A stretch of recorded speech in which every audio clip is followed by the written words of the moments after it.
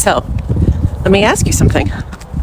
When was the last time you clearly said what you actually prefer? Good morning.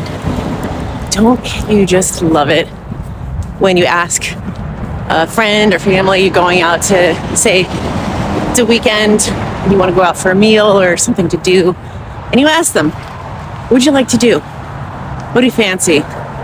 And the person just comes right out and says, I'd really love to go have an Italian meal, or I'd really love to have some Indian cuisine and go listen to some music, some live music, or go to a gallery, or go for a hike. But they say straight away, pretty quickly, what they want. And it's so refreshing, right? When they just gives you an answer. They're honest. They're not trying to people please you. They just say what they want. So, let me ask you something. When was the last time you clearly said what you actually prefer?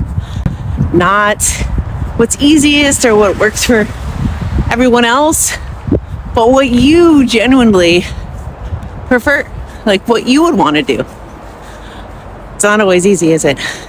Welcome to the 365-day Self-Trust Salve. If we've never met before, I'm Jacqueline at 8 and 88, where we slow and reconnect with our true north. So this one is simple because, well, it changes everything.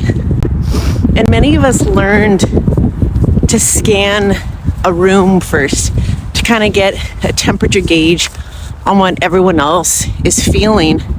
And so we kind of molded what we would respond as what we wanted to fit everyone else. And somewhere along the way, we stopped asking ourselves, what do I want to do? Not in a dramatic way, but just in everyday moments. Where to sit, what time to meet, where we want to eat, what sounds good, feels good. And we call it easygoing. But over time, we keep doing that. It becomes self-abandonment. And this is where so many of us had got it wrong or get it wrong.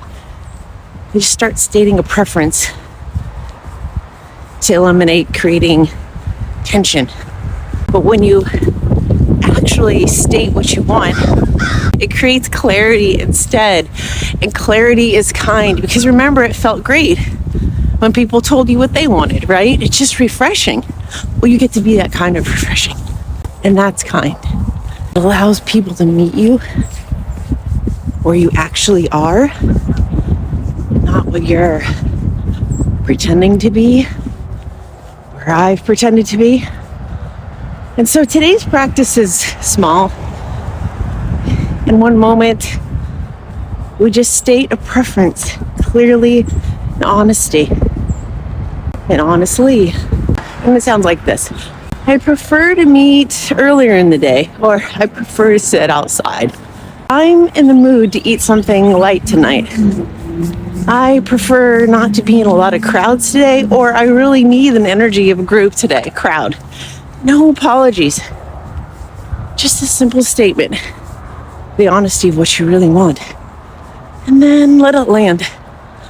Let people respond.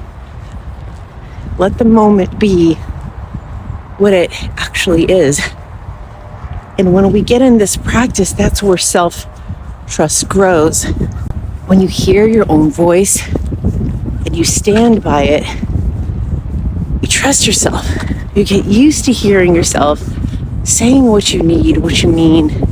You trust your own integrity strengthens, and people trust you more because they start to see the consistency of where you say what you want and do what you want. Today, I am no longer available for hiding my preferences just to keep the peace. Remember, your body is your one lifelong companion. Smile. as you look after it.